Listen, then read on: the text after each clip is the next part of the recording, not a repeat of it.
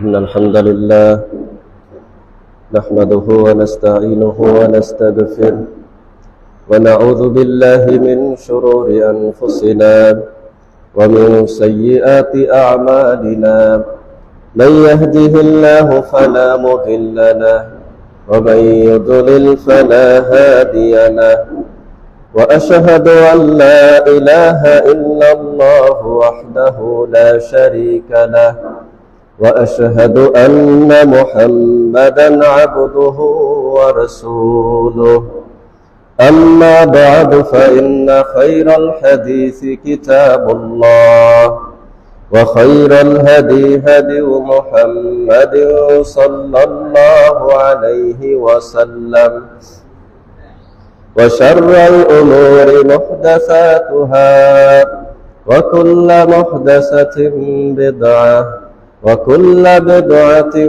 ضلالة وكل ضلالة في النار فأعوذ بالله من الشيطان الرجيم بسم الله الرحمن الرحيم يا أيها الذين آمنوا اتقوا الله حق تقاته ولا تموتن إلا وأنتم مسلمون يا أيها الناس اتقوا ربكم الذي خلقكم من نفس واحدة وخلق منها زوجها وبث منهما رجالا كثيرا ونساء واتقوا الله الذي تساءلون به والأرحام إن الله كان عليكم رقيبا قال الله تعالى فأعوذ بالله من الشيطان الرجيم وإذ قال لقمان لابنه وهو يعظه يا بني لا تشرك بالله إن الشرك لظلم عظيم قال رسول الله صلى الله عليه وسلم قال الله تعالى يا ابن آدم إنك ما دعوتني ورجوتني غفرت لك على ما كان فيك ولا أبالي يا ابن آدم لو بلغت ذنوبك عنان السماء ثم استغفرتني غفرت لك ولا أبالي يا ابن آدم إنك لو أتيتني بقراب الأرض خطايا ثم لقيتني لا تشرك بي شيئا أتيتك بقرابها مغفرة رواه الترمذي প্রশংসা মহান আল্লাহ সুবহানাহু ওয়া তাআলার জন্য যিনি আমাদেরকে পবিত্র জুমার সালাত আদায় এবং খুতবা শ্রবণের উদ্দেশ্যে পবিত্র ঘর আল্লাহর ঘর মসজিদে সমবেত হওয়ার তৌফিক দান করেছেন। সকলে বলে আলহামদুলিল্লাহ। দুরূদ ও সালাম বর্ষিত হোক প্রিয় নবীর উপর সাল্লাল্লাহু আলাইহি ওয়াসাল্লাম। সম্মানিত উপস্থিতি, আজকে পৃথিবীর সবচাইতে বড় অপরাধ সম্পর্কে আলোচনা করব ইনশাআল্লাহ। আল্লাহর কাছে সবচাইতে বড় অপরাধ সেটা কোনটা? শিরক। শিরক হলো আল্লাহর কাছে সবচাইতে বড় অপরাধ। এটা এই কারণে যে একজন মানুষ যে কোনো অপরাধ করুক না কেন, সে মারা গেছে তওবা ছাড়া, তার কিন্তু ক্ষমার আশা আছে। আল্লাহ চাইলে তাকে ক্ষমা করে দিবেন, শাস্তি দিবেন, এক পর্যায়ে সে জান্নাতে যাবে তার তাওহীদের কারণে।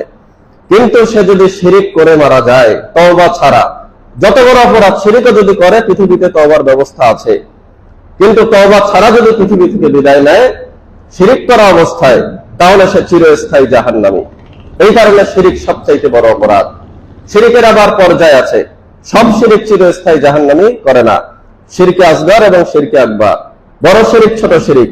বড় শিরক বান্দাকে চিরস্থায়ী জাহান্নামী করে, কিন্তু ছোট শিরক চিরস্থায়ী জাহান্নামী করে না। যাই হোক, তো শিরক হলো এত বড় একটা অপরাধ, যার সম্পর্কে সূরাতুল মায়েদার 72 নম্বর আয়াতে আল্লাহ তাআলা ইরশাদ করেন, ইন্নাহু মা ইউশরিকু বিল্লাহ, নিশ্চয়ই যে কেউ আল্লাহর সাথে যদি শিরিক করে, ফাকাদ হারামাল্লাহু আলাইহিল জান্নাহ, তার জন্য আল্লাহ জান্নাতকে হারাম করে দিবেন, অর্থাৎ সেটাই সে প্রবেশ করবে না। ওয়া মাওয়াহুন নার, এবং তার থাকার জায়গা হবে জাহান্নাম। ওয়া মা লিয-যালিমিনা মিন আনসার, আর যে শিরিক করে আল্লাহ বলছে সে হলো জালেম, কিয়ামতের দিন সে কোনো সাহায্যকারী পাবে না। অথচ যাদেরকে নিয়ে সে শিরিক করেছিল তারাই তাদেরকে বলেছিল যে তোমাদেরকে আমি সহযোগিতা করব। বিভিন্ন পীরের দরবারে যেটা বলা হয় যে পীর সাহেব পার করে দিবে। বহু আগে আপনারা একটা গান শুনেছেন মনে হয় যে আছেন আমার মুক্তার, আছেন আমার ব্যারিস্টার, শেষ বিচারের হাইকোর্টে তিনি আমাদের করবেন পার। চিত্র জগতের যারা কিন্তু মাজার পূজার, এরাই গানটা বানিয়েছে। তাদের ধারণা যে আমরা যাই অপরাধ করি না কেন আমাদের পার করার মানুষ আছে শেষ বিচারের দিন। কিন্তু আল্লাহ তাআলা বলছে এই সমস্ত জালেমরা যারা শিরিক করে সেই দিন কোনো সাহায্যকারী হবে না। নূহ আলাইহিস সালামের সম্প্রদায়ের মানুষ যারা ইয়াগুস ইয়াউক নাসর এদের পূজা করত, মক্কার মুশরিকরা আপনার লাত উজ্জা মানাতের পূজা করত, আর আমাদের বাংলাদেশের মানুষ যারা এই যে গরিব সমাজে যান, গোলাপ সমাজে যান, এই যে যাদের ইবাদত করে, সেদিন এরা তাদের কোনো সহযোগী হিসেবে আগমন করবে না। সেদিন যার যার হিসাব তার কাছে। সম্মানিত ভাইরা আমার, আল্লাহ সুবহানাহু ওয়া তাআলা সূরাতুন নিসার 48 নম্বর আয়াতে বলছেন, ইন্নাল্লাহা লা ইয়াগফিরু আন ইউশরাকা বিহি ওয়া ইয়াগফিরু মা দুনা যালিকা লিমান ইয়াশা। আল্লাহ তাআলা শিরকের অপরাধ ক্ষমা করবে না, এছাড়া তিনি যাকে ইচ্ছা তাকে ক্ষমা করে দিতে পারেন। ইচ্ছা হলো তিনি জেনাকার, ব্যভিচার, মাদক সেবনকারী অথবা যে কোনো অপরাধীকে ইচ্ছা হলো ক্ষমা করে দিতে পারেন। তবে কি শিরক ছাড়া আল্লাহর সাথে সাক্ষাৎ করতে হবে। যে হাদিস আমি প্রথমে বলেছি, আবারও বলবো ইনশাআল্লাহ। তো আমরা এই কারণে সবার প্রথমে যে শিক্ষাটা আমরা অর্জন করব সেটা হলো তাওহীদ এবং শিরক সম্পর্কে। আমাদের সমাজে বাচ্চাদেরকে দেখেন শেখানো হয় যে কালেমায়ে শাহাদাত পাঠ করানো হয়, কিন্তু এর মর্মার্থ কিন্তু তাদেরকে বোঝানো হয় না। কারণ যারা শেখায় তারাই কিন্তু এই কালেমা সম্পর্কে অবগত নয়, যার কারণে তারাই দেখেন শিরকের সাথে সম্পৃক্ত হয়ে যাচ্ছে। সম্মানিত ভাইরা আমার, হযরত লোকমান হাকিম তার বাচ্চাকে কয়টা উপদেশ দিয়েছে। একজন মানুষ তার বাচ্চাকে উপদেশ দিয়েছে এবং এই উপদেশগুলো এত মহামূল্যবান, আল্লাহ তাআলা সেটা কোরআনে নাজিল করেছেন। সুবহানাল্লাহ। কি বলেছিলেন? সবার প্রথমে বলছেন, আল্লাহ তাআলা বলছে, ওয়াইদ ক্বালা লুকমানু লিবনিহি ওয়া হুয়া ইয়াইযুহু ইয়া বুনাইয়া। স্মরণ করো লোকমানকে, যে লোকমান তার বাচ্চাকে বলেছিল, হে আমার আদরের সন্তান, লা তুশরিকি বিল্লাহ, সবার প্রথমে বলছে তুমি আল্লাহর সাথে শিরক করবে না। ইন্না শিরকা লা যুলমুন আযীম, নিশ্চয়ই শিরক হলো সবচাইতে বড় জুলুম, এর চাইতে বড় জুলুম আর কিছু নেই। আল্লাহ আপনাকে সৃষ্টি করেছেন, তিনি আপনাকে রিজিক দিচ্ছেন, যাবতীয় সবকিছু আল্লাহ আপনাকে দিয়েছেন, তিনি আপনাকে সৃষ্টি করেছেন, অথচ আপনি তার সাথে শিরক করছেন। এর চাইতে বড় অপরাধ আল্লাহর কাছে আর কিছু নেই। এই কারণে শিরককারীকে আল্লাহ তাআলা ক্ষমা করবে না, যত বড়ই আপনার নেকির কাজ পৃথিবীতে করেন না কেন। একজন বলতেছে যে আপনারা শুনেছেন যে মাদার তেরেসা তার সারা জীবন নাকি মানুষের সেবায় নিয়োজিত ছিল। একজন নামে মুসলমান, তিনি বলছে, দুজন মানুষ আলোচনা করছে, আমি সেলুনে চুল কাটতেছি, তিনি বলছে যে হুজুররা বলে নাকি মাদার তেরেসা জাহান্নামে যাবে, আর হুজুররা একাই জান্নাতে যাবে। মাদার তেরেসা নিজের জীবনটা আল্লাহ সারাদিন মানুষের জন্য ব্যয় করেছে, সে কিভাবে জাহান্নামে যায়? কারণ কি, এই লোকটা এই কারণে কথা বলছে, সে তাওহীদ এবং শিরক সম্পর্কে বোঝে নাই। মাদার তেরেসা তার সারা জীবনটা মানুষের পিছনে ব্যয় করেছে, মানুষের সেবায়, কিন্তু এই সেবা করার ক্ষমতা তাকে কে দিয়েছে? আল্লাহ দিয়েছে। তাকে সৃষ্টি করেছে আল্লাহ, সেই আল্লাহর জন্য সে কোনোদিন একটা সেজদা করে নাই। এর মতো নাফরমান আর কে হতে পারে? এই কারণে দেখেন যে বড় বড় ফুটবলাররা বিভিন্ন জায়গায় সাহায্য সহযোগিতা করে, মানুষ সেটাকে হাইলাইট করে যে দেখো এরা মুসলমানরা করে না, হবে ইহুদিরা কত সুন্দর দান সদকা করছে। এদের দান সদকা, এদের যা কোনো ইবাদত, যত ভালো ইবাদত করুক না কেন, এটা গ্রহণ হবে না। কারণ কি, ইমানের সাথে যে কোনো ইবাদতের সাথে যদি শিরক মিশ্রিত থাকে, এটা আল্লাহর দরবারে কখনোই কবুল হবে না। আমাদের এক ভাই, তিনি বাহিরের কান্ট্রিতে গেছেন, যে বলছে যেখানে সমস্ত মানুষেরা খুবই সৎ, একটা জিনিস যদি রাস্তায় পড়ে থাকে তাহলে সেখান থেকে নেওয়ার কেউ নেই। কিন্তু আমাদের বাংলাদেশে দেখেন যে যে কোনো জায়গায় গেলেই চোর চিটারের অভাব নেই, মানে তিনি তাদের প্রতি আকৃষ্ট হয়ে গেছে। এই কারণে আলেমরা কিন্তু বলেছে যে ইহুদি কান্ট্রিতে, খ্রিস্টান কান্ট্রিতে সফর করতে নিষেধ করেছেন, দিনী বিষয় দাওয়াতি কাজ ছাড়া। তিনি কিন্তু তাদের প্রতি আকৃষ্ট হয়ে গেছেন। আসলে বিষয় হলো যে শয়তান আরব তাদের কাছে কোনো কাজ নেই। কারণ কি, তারা তো মুশরিক হয়ে গেছে। বাংলাদেশের মানুষ যারা তাওহীদ সম্পর্কে কিছুটা বুঝতেছে, এই কারণে এদের ভিতরে এত বিভেদ অথবা এত রকমের অন্যায় অপরাধের চেষ্টা শয়তান করছে। অর্থাৎ কারো ভিতরে যদি কেউ শয়তান শিরক প্রবেশ করাতে পারে, তার কাছে আর শয়তানের কোনো কাজ নেই। কোনো কাজ নেই শয়তানের, কারণ সে তো বিনা হিসেবে জাহান্নামে প্রবেশ করবে যার আমলের সাথে শিরিক মিশ্রিত থাকবে। যদি আপনার ঈমান থাকে তবে আপনার হিসাব হবে, আপনার সৎকর্মগুলো যদি আপনার ঈমান থাকে তবে আল্লাহ হিসাব করবে, কিন্তু যদি শিরিক মিশ্রিত থাকে আপনার হিসেবের কোনো প্রয়োজন নেই। কারণ কি আল্লাহ তাআলা বলছে, নবীকে বলছে যে তোমার প্রতি এবং তোমার পূর্বে যারা এসেছিল তাকে এটাই বলা হয়েছে যে যদি তুমি শিরিক করো তোমার সমস্ত আমল বরবাদ হয়ে যাবে। নবীকে আল্লাহ তাআলা বলছে যে তোমাকেও বলেছি এবং তোমার পূর্বে যারা এসেছে তাদেরকে আমি বলেছিলাম যে শিরিক করলে তোমাদের সমস্ত আমল বরবাদ হয়ে যাবে, কারণ শিরিক মিশ্রিত আমল আল্লাহর কাছে গ্রহণযোগ্য নয়। সম্মানিত ভাইরা আমার, যে কোনো হাদিস রাসূলুল্লাহ সাহাবীদেরকে বলেছে, সাহাবীরাও রাসূলকে জিজ্ঞাসা করেছে যে রাসূলুল্লাহ বড় গুনাহ কোনটা, রাসূল সাহাবীদেরকে বলছে যে বড় গুনাহ কোনটা তোমাদের বলবো কিনা। তো এই বড় গুনাহ সম্পর্কে বলার যখন বলেছে সবার প্রথমে তিনি শিরিককে এনেছেন। নবী মুহাম্মদ সাল্লাল্লাহু আলাইহি ওয়াসাল্লাম সাহাবীদেরকে বলছেন, আলা উনাব্বিউকুম বিআকবারিল কাবাইর, হে আমার সাহাবীরা আমি কি তোমাদেরকে বড় গুনাহ সম্পর্কে অবহিত করব না? সেটা হলো আল ইশরাকু বিল্লাহ, আল্লাহর সাথে শিরিক করা। 2 নম্বরে বলছে ওয়া উকুল ওয়ালিদাইন, পিতামাতার অবাধ্যতা করা। 3 নম্বরে বলছে ওয়া কতলুন ওয়া শাহাদাতুজ জুর, মিথ্যা কসম করা। আরেকটা হাদিসে নবীকে জিজ্ঞাসা করছে, ইয়া রাসূলুল্লাহ আইয়ু যানবি আকবারু ইনদাল্লাহ, কোন গুনাহ কি আল্লাহর কাছে সবচেয়ে বড়? নবীজি বলছেন ওয়ালা আন তাদউ লিল্লাহি নিদ্দা ওয়া হুয়া খালাকাকা, আল্লাহর সাথে শিরিক করা অথচ তিনি তোমাকে সৃষ্টি করেছেন, তিনি আপনাকে আমাকে দুনিয়াতে পাঠিয়েছেন, অথচ আপনি তাকে ছাড়া অন্য কারো ইবাদত করছেন, এটা হলো আল্লাহর কাছে সবচাইতে বড় অপরাধ। হাদিসে এসেছে, জাবির বিন আব্দুল্লাহ রাদিয়াল্লাহু তাআলা আনহু বলেন, সহিহ মুসলিমের হাদিস, নবী সাল্লাল্লাহু আলাইহি ওয়াসাল্লাম বলছে যে দুইটা জিনিসকে আবশ্যক করে দেয়, অর্থাৎ কেউ যদি দুইটা কাজ করে তার জন্য দুইটা জিনিস আবশ্যক হয়ে যাবে, দুইটা পাওনা তার জন্য আবশ্যক হয়ে যাবে। সেটা হলো কি, মান মাতা ইউশরিকু বিল্লাহি শাইআ দাখালান নার, কেউ যদি আল্লাহর সাথে শিরিক করে সে জাহান্নামে যাবে, অবশ্যই যাবে। বিশ্বনবী বলছে এটা তার জন্য আবশ্যক। ওমান মাতা লা ইউশরিকু বিল্লাহি শাইআ, আর কেউ যদি আল্লাহর সাথে শিরিক না করে দাখালাল জান্নাহ, সে জান্নাতে যাবেই। সুবহানাল্লাহ, এটা তার জন্য আবশ্যক। শিরিক ছাড়া যদি আপনি মারা যান, যত বড় অপরাধী আপনি হন না কেন, আল্লাহ তাআলা হতে পারে আপনাকে ক্ষমা করে দিবে, নতুবা আপনাকে শাস্তি দিয়ে একদিন না একদিন জান্নাতে দিবে, আপনি জান্নাতে যাবেন একদিন না একদিন ইনশাআল্লাহ। হাদিসে কুদসি, যেটা আমি শুরুতে বলেছি যে হাদিসটা, আনাস ইবনে মালিক রাদিয়াল্লাহু তাআলা আনহু বলছেন, হাদিসে কুদসি যেটা হাদিসে এসেছে, আল্লাহ বলেছেন, আল্লাহ তাআলা বলছেন, ইয়া ইবনে আদম, হে আদম সন্তান, ইন্নাকা মাদাউতানি, যতক্ষণ তুমি আমাকে ডাকবে, রাজাউতানি, আমার নিকট ক্ষমার আশা রাখবে, গফারতু লাকা, আমি তোমাকে ক্ষমা করে দেব, আলামা কানা ফিকা, তোমার অবস্থা যাই হোক না কেন, তোমার অপরাধ যে পর্যন্ত হোক না কেন, ওয়ালা উবালি, আমি কারো পরোয়া করি না। সুবহানাল্লাহ। তিনি আরো বলেন, ইয়া ইবনে আদম, হে আদম সন্তান, লাউ বালাগাত যুনুবুকা আলানাস সামাই, তোমার পাপ যদি আকাশের মেঘমালা পর্যন্ত পৌঁছে যায়, সুম্মা আস্তাগফিরতানি, অতঃপর তুমি আমার কাছে ক্ষমা চাও, গফারতু লাকা, আমি তোমাকে ক্ষমা করে দেব, ওয়ালা উবালি, আমি কারো পরোয়াই করি না। ইয়া ইবনে আদম, হে আদম সন্তান, ইন্নাকা লাউ আতাইতানি বিকুরাবিল আরদি খাতায়া, তুমি যদি এই পৃথিবী ভর্তি পাপ নিয়ে আমার সাথে সাক্ষাৎ করো, পৃথিবীর আয়তন কত? 51,05,00,000 বর্গ কিলোমিটারের বিশাল পৃথিবী, বিশাল পৃথিবী। আল্লাহ বলছে এই বিশাল পৃথিবী সমান অপরাধ নিয়ে তুমি আমার সাথে সাক্ষাৎ করো, তবে শর্ত হলো যে শিরিক না করে যদি আমার সাথে সাক্ষাৎ করো, আতাইতুকা বিকুরাবিহা মাগফিরা, আমি সমপরিমাণ ক্ষমা নিয়ে তোমার সাথে সাক্ষাৎ করব। সুবহানাল্লাহ। তাহলে এখানে শর্ত জুড়ে দিয়েছেন যে আল্লাহর সাথে শিরিক করা চলবে না। কি কারণে শিরিক হয়? আমরা যে কোনো মুসলমান, আপনি মাইজ ভান্ডারিতে যে বলেন যে শিরিক কোনটা, সবচেয়ে বড় গুনাহ কোনটা, তারা বলবে শিরিক।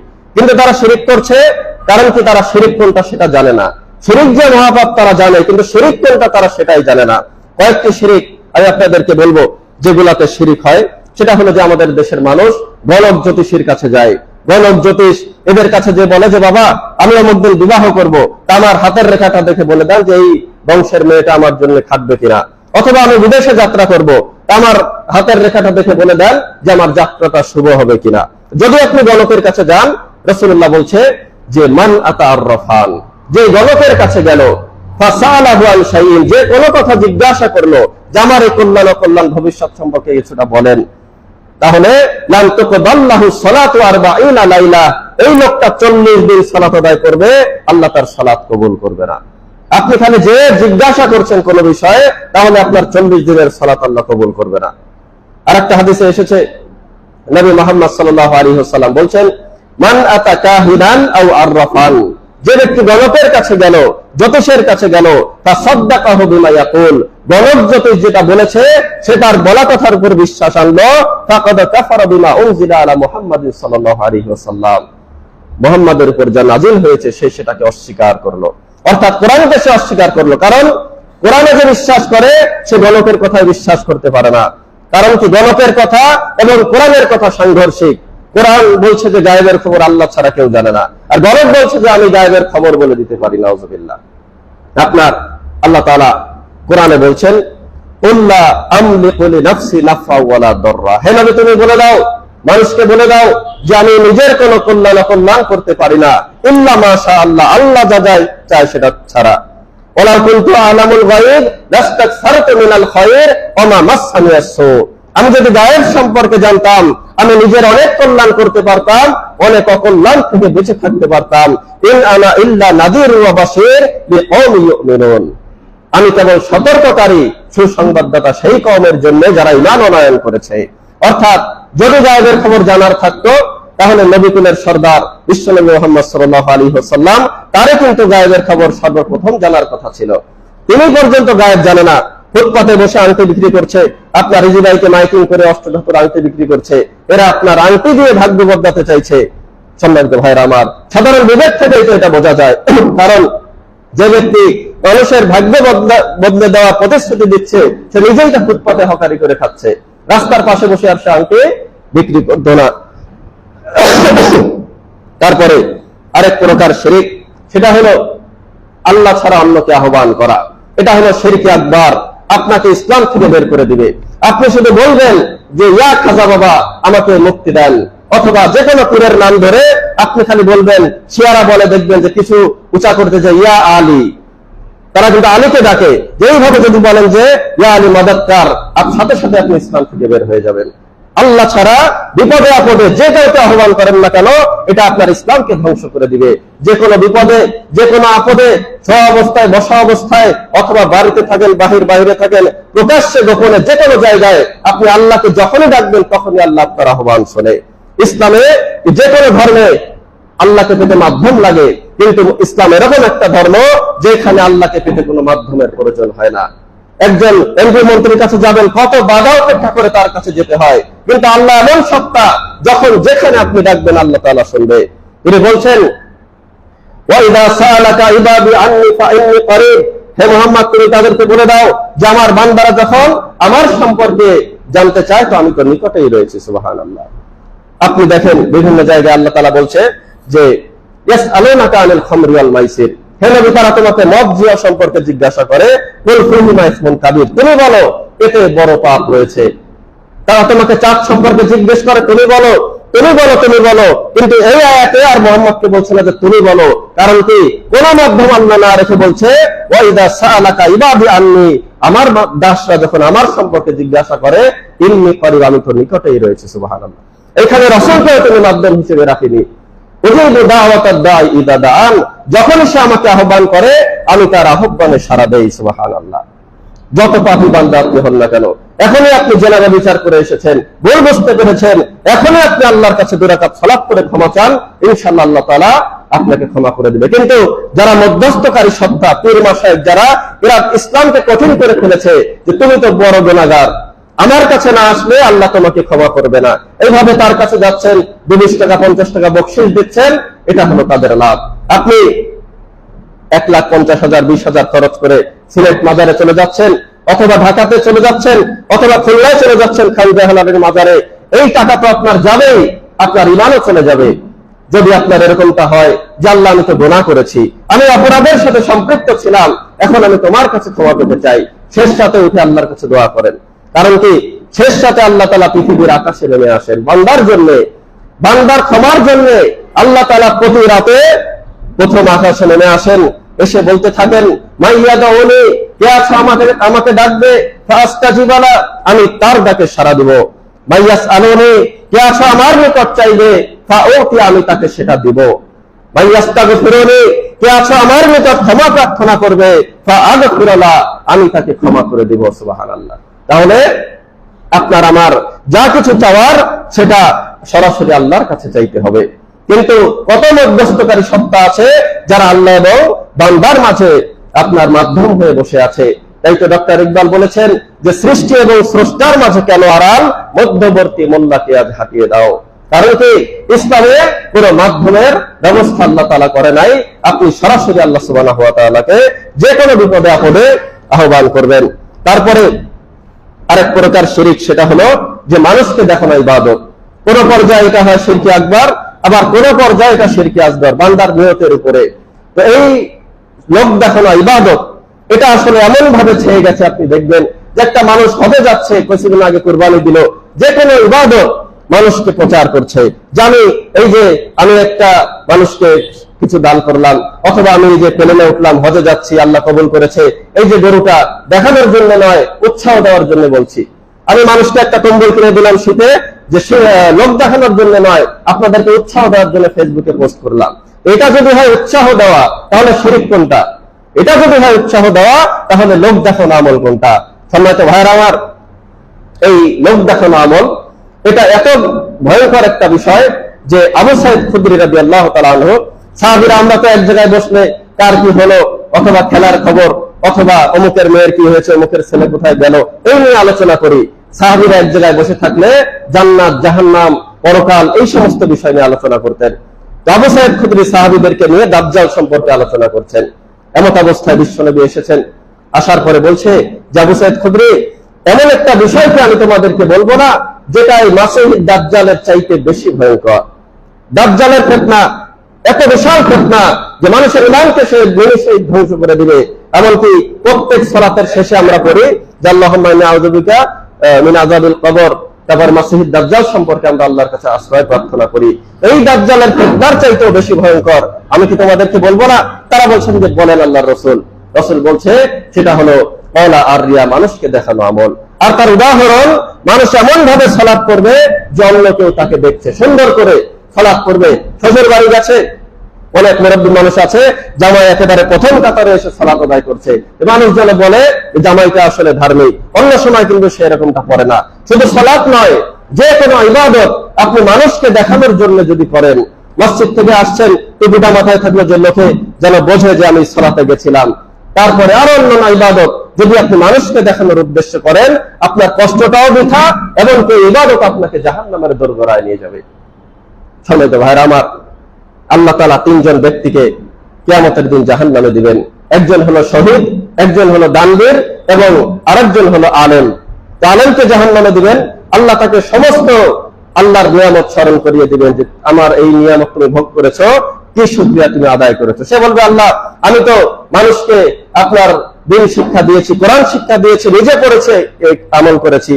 আল্লাহ বলবে যে না, তুমি মিথ্যা কথা বলছো, তুমি আলেম হয়েছে এই কারণে যেন মানুষ তোমাকে আলেম বলে, কারি বলে, মানে তোমার যেন নাম হয়, এই কারণে তুমি দিন শিক্ষা করেছো। অতঃপর তাকে জাহান্নামে নিক্ষেপ করা হবে। আর এক শ্রেণীর শহীদ যে আল্লাহর পথে জিহাদ করেছে, এবার আল্লাহ বলবে যে তুমি আমার জন্য কি করেছো, আমার এই নিয়ামতের শুকরিয়া কি আদায় করেছো। সে বলবে, আল্লাহ আমি আপনার পথে জিহাদ করেছি, জিহাদ করতে করতে আমি নিহত হয়েছি, আপনার পথে শহীদ হয়েছি। আল্লাহ বলবে যে না, বরং তুমি এই কারণে জিহাদ করেছো যেন মানুষ তোমাকে বীর বলে, তোমাকে সেটা বলাও হয়েছে। অতঃপর তাকে জাহান্নামে নিক্ষেপ করা হবে।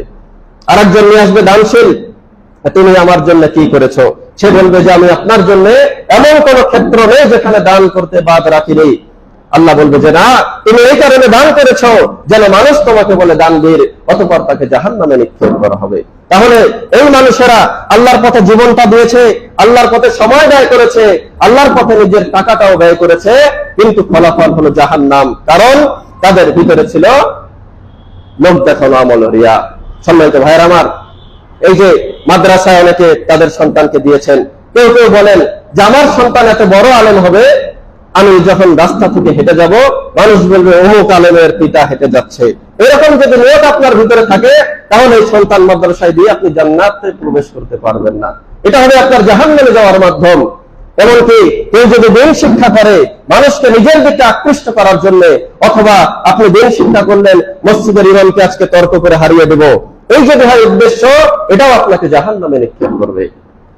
দিন শিক্ষাটাও কি শুধুমাত্র আল্লাহর জন্য হবে, আপনার জীবনের সকল কাজ। রাসূল সাল্লাল্লাহু আলাইহি ওয়াসাল্লাম বলছেন, মান তালাবাল ইলমা লিজারিয়া বিহিল উলামা, যে ব্যক্তি জ্ঞান শিক্ষা করবে উলামাদের সাথে গর্ব করার জন্য, আইলিউ মারিয়া বিহিস সুফাহা, এবং সাধারণ মানুষ মূর্খ মানুষদের সাথে তর্কে বিজয়ী হওয়ার জন্য, আয়াশরিফা বিহি উজুহান নাস, এবং মানুষকে নিজের দিকে আকৃষ্ট করার জন্য, ইলাইহি আদখালাহুল্লাহুন নার, আল্লাহ তাকে জাহান্নামে নিক্ষেপ করবেন। সুতরাং এই সমস্ত নেক আমল আমরা শুধুমাত্র আল্লাহ তাআলার জন্য করব। তারপরে আরেক প্রকার শিরক, সেটা হলো কবর পূজা। আপনারা দেখেন যে আমাদের এই যে গরিবশা মাজার আছে, আজকে শুক্রবার দেখবেন গান বাজনা হবে, এরকম মাজার সারা বাংলাদেশে প্রায় 950-র বেশি রয়েছে। কোথাও পারিবারিক মাজার, কোথাও সরকারি মাজার, এরকম মাজার আর মাজার। এই যে যারা বলে এত বড় একটা রাস্তা করা হলো, মাজারের জায়গা কিন্তু ভাঙা হয়নি, এত পাওয়ার তাদের। ওই জায়গা কিন্তু অন্য কোনো স্থাপনা হলে ভেঙে ফেলা হতো, কিন্তু ভাঙা হয়নি। তাদের ধারণা যে মাজার ভাঙলে আমরা ক্ষতিগ্রস্ত হব।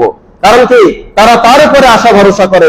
ওইখানে দেখেন পুরুষ মহিলারা যে সেজদা করছে, সেখানে যে কুরবানি করছে, এই যে মাজার, এখানে যে আপনি যদি সেজদা করেন, কুরবানি করেন, এমনকি 10টা টাকা দান করেন, সাথে সাথে আপনি মুশরিক হয়ে যাবেন। অথচ আপনি সালাত পড়েন, আপনি লা ইলাহা ইল্লাল্লাহ বলেছেন, কিন্তু তার সাথে কি মাজারে যে সেজদা করেন, তাকে আহ্বান করেন, তার কাছে কিছু চান, তাহলে আপনি মুশরিক। আপনি কোনোদিনও জান্নাতে প্রবেশ করতে পারবেন না যদি তওবা ছাড়া পৃথিবী থেকে বিদায় নেন।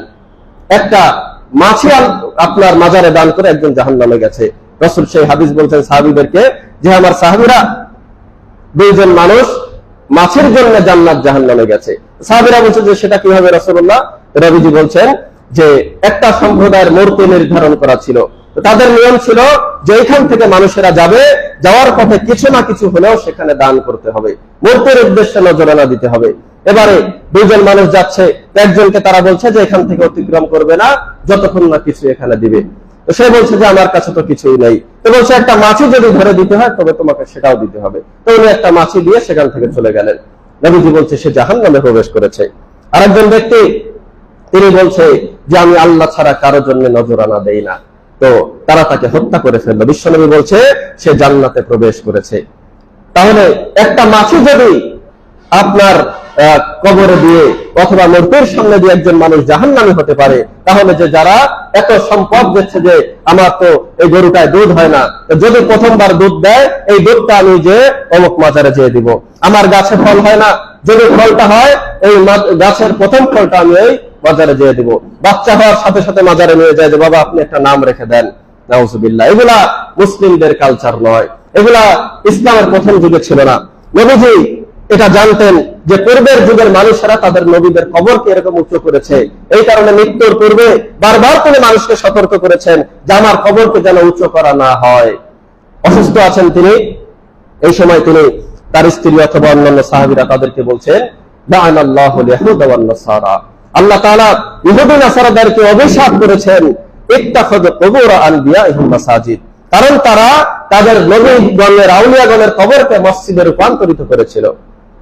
অথচ দেখেন যে আমাদের এই যে কারবালা যেটাকে বলা হয়, বিশাল একটা কবর সাদা টাইলস দিয়ে করা আছে, 50-60টা কবরের জায়গা একাই খেয়ে ফেলেছে। শবে বরাতের দিন কিন্তু এখানে পূজা হয়। আপনার আহলে হাদিসদের যদি কোথাও মাহফিল হয়, সাথে সাথে দেখবেন হুজুরের ঝাঁক চলে আসে যে এদেরকে বন্ধ করতেই হবে।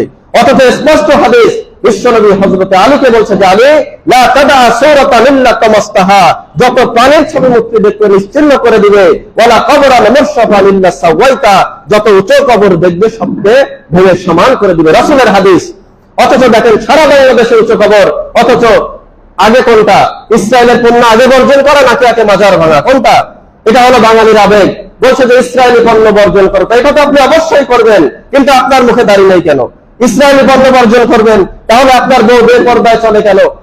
আবেগ দিয়ে কখনো ধর্ম চলে না, সম্মানিত ভাইরা আমার। ওটা হলো ফেসবুকে আপনি দেখছেন যে গণ আন্দোলন চলছে, আপনি একটু চিল্লায় উঠলেন, অথচ আপনার ফোনে অসংখ্য গান রয়েছে, আপনার অশ্লীল ছবি রয়েছে, আপনার বাড়িতে বউ ছেলেমেয়েরা বেপরদায় চলে। কত মানুষ দেখেছি মুরব্বী সুন্দর মসজিদে যায় আসে, যেই বাড়িতে একটা বিবাহের অনুষ্ঠান সবাই লেলিটা বলতে কাপড় পরে উলঙ্গ, রাসূল যেটা ভবিষ্যৎবাণী করেছেন। তো বলা হয় যে মুরব্বী আপনি নামাজ পড়েন, তা আপনার বাড়িতে গান বাজনা বা এরকম, তখন সে বলে যে বাবা বছরের একটা দিন পরে তওবা করে নেবেন, নাউজুবিল্লাহ।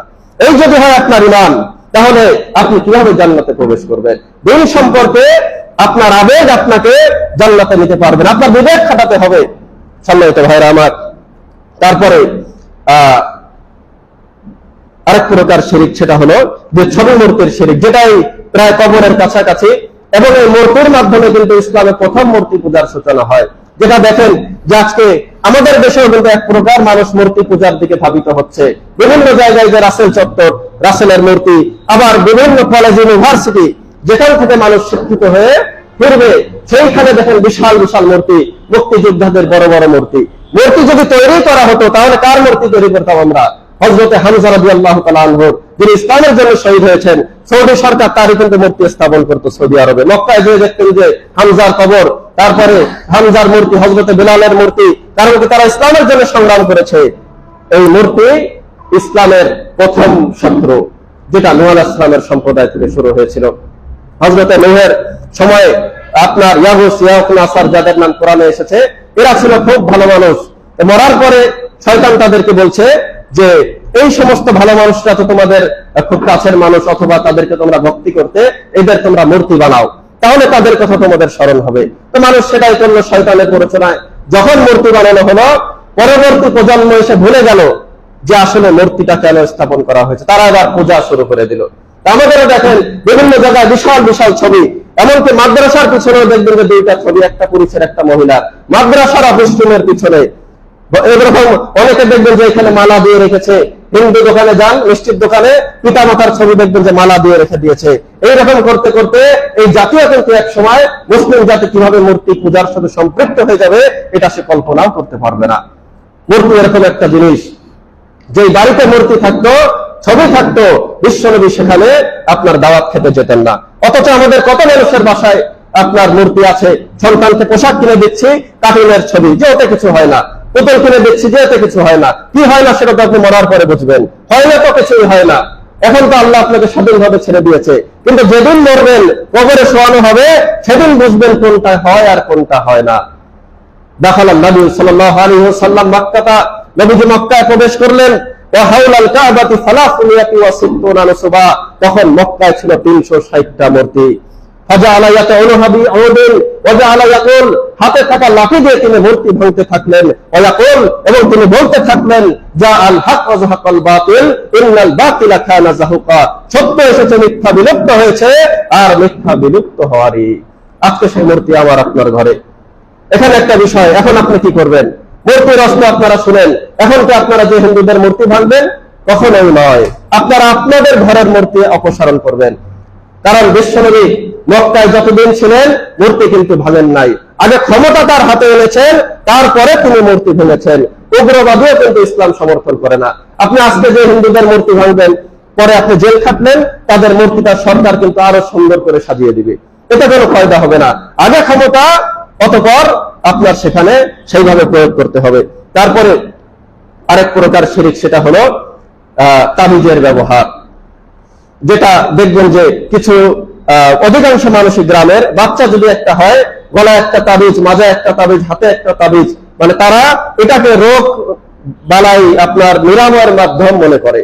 আপনি কোরআন হলো শেফা, আপনি এটা বিভিন্ন জায়গায় দোয়া আছে, অথবা কোরআনের শেষের 3টা সূরা, সূরা বাকারার শেষের 2 আয়াত, আয়াতুল কুরসি, এইগুলা পড়ার মাধ্যমে আপনি বিভিন্ন সমস্যা থেকে নাজাত পেতে পারেন। কিন্তু এই কোরআনের আয়াত আপনাকে তাবিজের ভিতর ঝুলিয়ে রাসূল সাল্লাল্লাহু আলাইহি ওয়াসাল্লাম ব্যবহার করতে বলে নাই, বরং নিষেধ করেছে।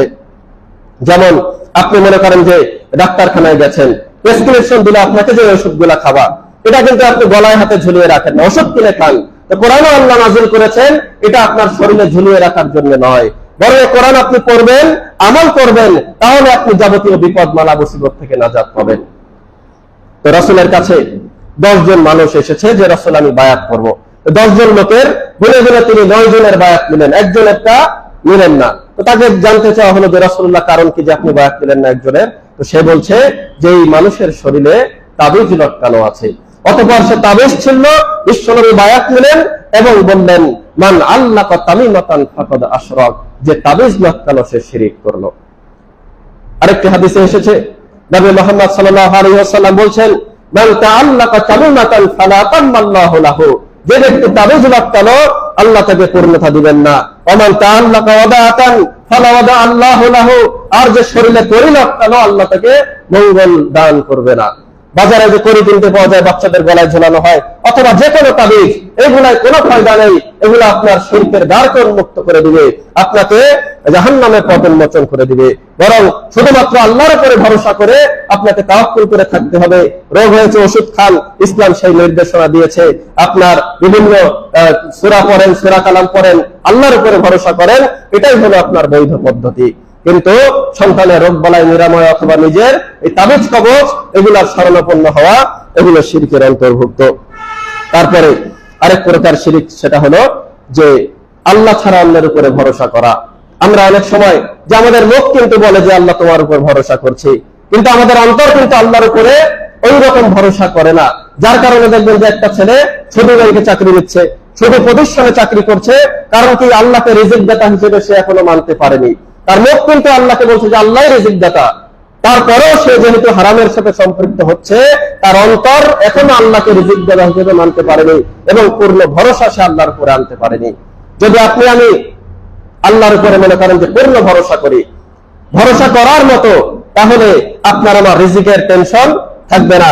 আল্লাহ তাআলা আপনার আমার জন্য যথেষ্ট হয়ে যাবে। সুবহানাল্লাহ। আল্লাহ তাআলা বলছেন, রাসূলুল্লাহ বলছে যে তোমরা যদি আল্লাহর উপরে ভরসা করো, হাক্কা তাওয়াক্কুলিহি, ভরসা করার মতো, লা রুজিকতুম, তাহলে তোমাদেরকে আল্লাহ তাআলা সেইভাবে ভরসা রিজিক দিবে, কামা তুরসাকুত তায়র, যেভাবে আল্লাহ পাখিকে রিজিক দেয়। তাগদু খিমাসা ওয়া তারুহু বিতানা, এই পাখি সকালবেলা খালি পেটে বাসা থেকে বের হয় আর ভরা পেটে সে তার বাড়িতে ফিরে। তাহলে আল্লাহ যদি আমাকে এইভাবে রিজিক দেয়, আমরা যদি চাই, তাহলে সর্বাবস্থায় আল্লাহর উপরে ভরসা করতে হবে। আর যদি ভরসা করে, তাহলে আপনি আমি বিনা হিসেবে জান্নাতে প্রবেশ করতে পারবো। সুবহানাল্লাহ। হাদিসে এসেছে রাসূল সাল্লাল্লাহু আলাইহি ওয়াসাল্লাম বলছেন ইয়াদখুলুল জান্নাতা মিন উম্মতি ৭০ আলফান বিগাইরি হিসাব, আমার উম্মতের ৭০,০০০ মানুষ বিনা হিসেবে জান্নাতে যাবে, এদের কোনো হিসেবই হবে না। সুবহানাল্লাহ। হুমুল্লাযীনা লা ইস্তারকুন ওয়া লা ইয়াতাতায়্যারুন ওয়া আলা রাব্বিহিম ইয়াতাওয়াক্কালুন, তারা হলো সেই সমস্ত মানুষ যারা ঝাড়ফুঁকের আশ্রয় নেয় না, যারা শুভ অশুভ লক্ষণে বিশ্বাস করে না এবং সর্বাবস্থায় তারা শুধু আল্লাহর উপরেই ভরসা করে। আরেকটি হাদিসে এসেছে নবী মুহাম্মদ সাল্লাল্লাহু আলাইহি ওয়াসাল্লাম বলছেন ওয়াদানি রাব্বি, আল্লাহ ওয়াদা করেছেন আয়াদখুলাল জান্নাতা মিন উম্মতি ৭০ আলফা, আমার উম্মতের ৭০,০০০কে তিনি বিনা হিসেবে জান্নাতে দিবেন। লা হিসাবা আলাইহিম ওয়ালা আযাব, তাদের কোনো হিসাবও হবে না, তাদের কোনো আযাবও হবে না। সুবহানাল্লাহ। তারা হলো আপনার এমনকি রাসূল সাল্লাল্লাহু আলাইহি ওয়াসাল্লাম বলছে কুল্লু আলফিন ৭০ আলফা, প্রত্যেক ৭০,০০০-এর হাজারের সাথে আরো ৭০,০০০, অর্থাৎ ৪৯০ কোটি মানুষকে আল্লাহ বিনা হিসেবে জান্নাতে দিবেন। সুবহানাল্লাহ। ওয়া সালাসু হাসায়াতিন মিন হাসায়াতি রাব্বি, এরপরে ৫০ কোটি মানুষ বিনা হিসেবে জান্নাতে গেছে, এরপরে আল্লাহ নিজের হাতে এইভাবে করে অঞ্জলি উঠিয়ে আপনার ৩ অঞ্জলি মানুষ জাহান্নাম থেকে জান্নাতে দিবেন। সুবহানাল্লাহ। কিন্তু আল্লাহর সাথে শিরিক করা যাবে না, শর্ত হলো এটা। সম্মানিত ভাইরা আমার, প্রথমে আমি বলেছি শিরিকের নানা বিষয় সম্পর্কে, শিরিকের পরিণাম সম্পর্কে। আমরা যদি এই শিরিক থেকে বেঁচে থাকতে পারি, একজন তাওহীদবাদী মুসলিম হয়ে পৃথিবী থেকে বিদায় নিতে পারি, তবে অবশ্যই হয়ে যাবে আল্লাহর ক্ষমা আমাদের জন্য। ইনশাআল্লাহ তিনি আমাদেরকে ক্ষমা করবেন। আমরা সালাত ভঙ্গের কারণ জানি অথবা সিয়াম ভঙ্গের কারণ জানি, কিন্তু সালাত সিয়াম কোনো কাজে আসবে না যদি আপনার তাওহীদ ঠিক না থাকে, যদি আপনার আমলে শিরিক থাকে। সুতরাং আপনাকে আমাকে কিতাবাদি করে দিনের অবসর সময়টা খেলা দেখে সময় নষ্ট না করে অথবা আজে বাজে কাজে সময় নষ্ট না করে যদি আমরা এই সমস্ত কিতাবাদি পড়ি, শিরিক সম্পর্কে জানি, আমরা তাহলে শিরিক সম্পর্কে বেঁচে থাকতে পারবো। আরেক প্রকার শিরিক আছে যে ভালোবাসার শিরিক, যেটা দ্বিতীয় অংশ আলোচনা করে শেষ করবো ইনশাআল্লাহ। ওয়া আখিরু দাওয়ানা আলহামদুলিল্লাহি রাব্বিল আলামিন। আলহামদুলিল্লাহ নাহমাদুহু ওয়া ونستعينه ونستغفره ونعوذ بالله من شرور أنفسنا ومن سيئات أعمالنا من يهده الله فلا مضل له ومن يضلل فلا هادي له وأشهد أن لا إله إلا الله وحده لا شريك له وأشهد أن محمدا عبده ورسوله। তো সর্বশেষ সেটা হলো, যার অনেক বিষয় ছিল যেহেতু সময় নেই, সর্বশেষ বিষয় সেটা হলো যে ভালোবাসার শিরিক। আমরা ততক্ষণ পর্যন্ত ঈমানদার হতে পারবো না যতক্ষণ না আল্লাহ এবং তার রাসূলকে সবার চাইতে বেশি ভালোবাসি। পৃথিবীর সমস্ত মানুষ থেকে আপনার আমার কাছে ভালোবাসার পাত্র হবে আল্লাহ তাআলা এবং তার প্রেরিত রাসূল। তাহলে অনেকে আছে যে মানুষের সামনে যে হারাম কাজ করতে বাধ্য হয়, যে লোকে কি বলবে, সমাজ কি বলবে, সমাজের দিকে তাকিয়ে যদি আপনি হারাম কাজে লিপ্ত হন তাহলে কিন্তু আপনি আল্লাহ এবং তার রাসূলকে ভালোবাসতে পারেন নাই।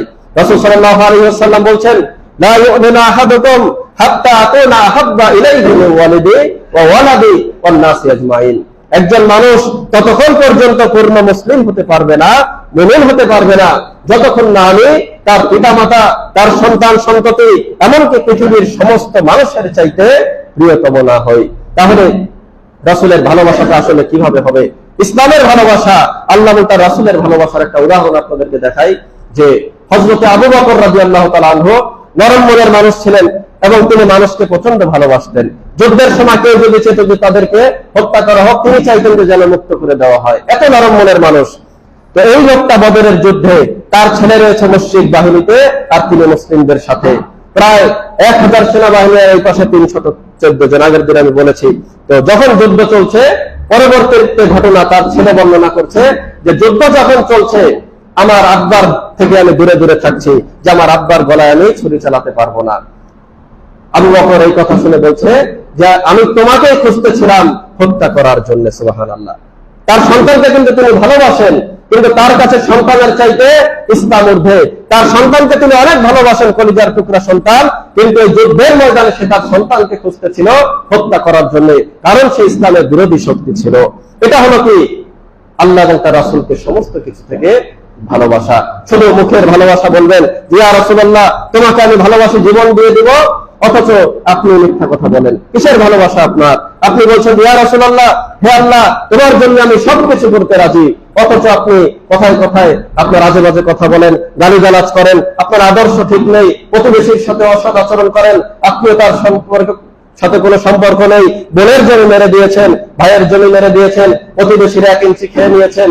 এই রকম করা, এটা হলো আপনার মৌখিক স্বীকৃতি, অন্তরে এখন আপনার ঈমান প্রবেশ করেনি, রাসূলের ভালোবাসা প্রবেশ করেনি। ঈমানের যে 3টা বিষয়, সেটা হলো আপনাকে মুখে বলতে হবে, অন্তরে বিশ্বাস করতে হবে এবং আপনাকে কাজে পরিণত করতে হবে, তবেই আপনি ঈমানদার।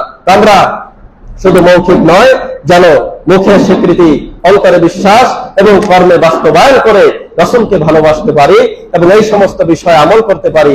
আল্লাহ আমাদের তৌফিক দান করুন। ইন্নাল্লাহা ওয়া মালাইকাতাহু